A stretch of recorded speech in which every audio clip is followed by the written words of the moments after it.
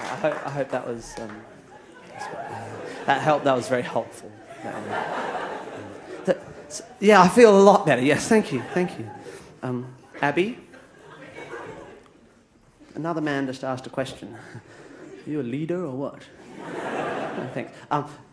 It's funny actually. I sometimes, because there's a bit of language in that piece, and I got a letter recently from a woman when I was performing in Perth, saying that she didn't see why I had to use such crass language, and I wrote back sort of explaining that language changes. You know, our whole vernacular is different, and the moral standards change, and that these words are in common usage now. And I cited this. It's a true story. I saw on the front page of the Australian newspaper the word "fuck." Like on the front page of the paper. I mean, things have changed, and all I had to do to get away with it was spell it F***K. It's really weird that a little star could be enough to soothe our fickle outrage, you know. Anyway, because the F***K is so commonly used these days, it actually these days means fuck. More than fuck means fuck. It's almost a counterproductive disguise. It's like a pedophile wearing brown tinted aviator glasses when he goes to the pool. If anything, it makes him look more like a pedophile.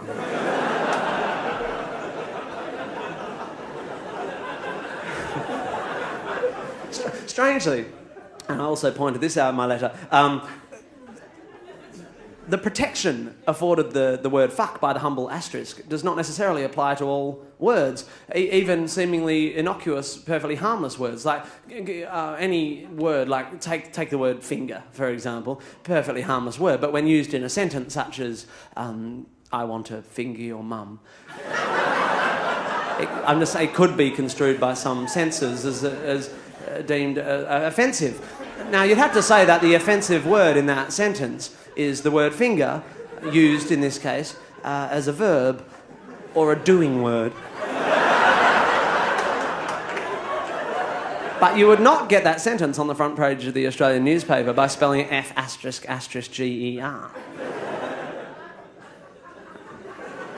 And that's because it's the context in which the word is used that makes it offensive. In which case, you might be better off spelling the sentence, I want to finger your M***.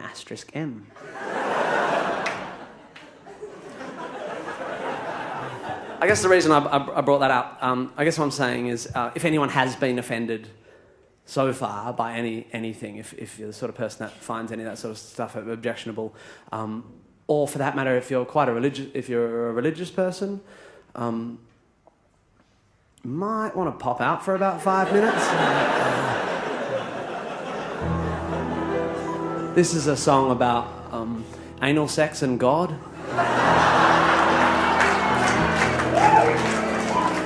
It's called 10-Foot Cock and a Few Hundred Virgins.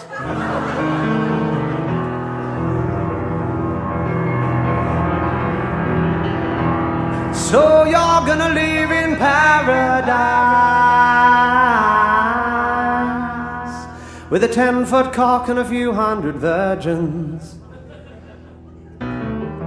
So you're gonna live in paradise with a 10-foot cock and a few hundred virgins. So you're gonna sacrifice your life for a ride on a UFO. And when the Lord comes down in his shimmering chariot of salvation, you're gonna be the first to know. Oh. And so if God was there from the very beginning, he invented men and women, then he also invented wanking, then he said wanking was sinning. So now if I'm feeling randy, I'm not allowed to hand shandy, but having sex with my family, that is just fucking great. It's all there in Ezekiel 8, just before he opens up his big pearly gate and says that it's a sin to take it up to date, even if it's great, even with your cowboy mate.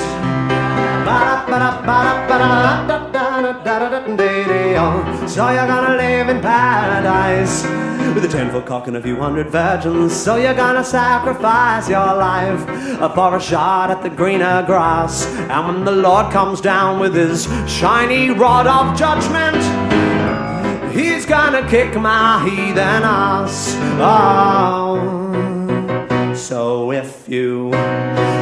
But the bodies of your women, everybody is grinning because black is so slim, and though it's not great for swimming, but it gives you an erection with the increased sexual tension. What with the UV protection, that is second to none.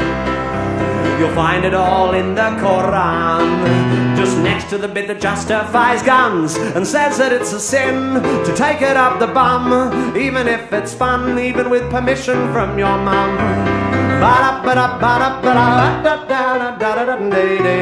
So you're gonna live in paradise with a 10-foot cock and a few hundred virgins. So you're gonna sacrifice your life for a shot at eternity. And when the Lord comes down and I haven't done my penance, He's gonna disembowel me. Oh, you say that if I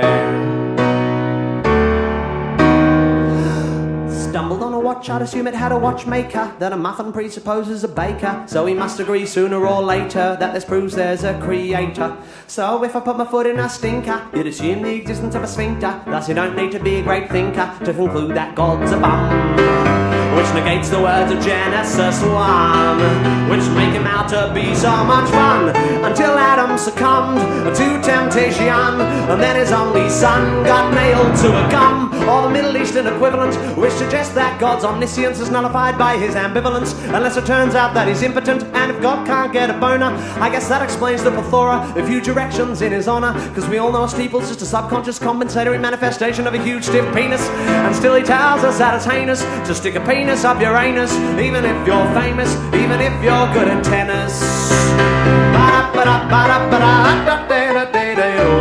So you're gonna live in paradise with the 10-foot cock and a few hundred virgins. So you're gonna sacrifice your life for a ride on a UFO. And when the Lord comes down with his big, stiff, slippery rod of judgment, oh, I'm gonna be the first to go. He's gonna send me down below. He's gonna whip me like a hoe. Do you really think so? I'm gonna be the first to go.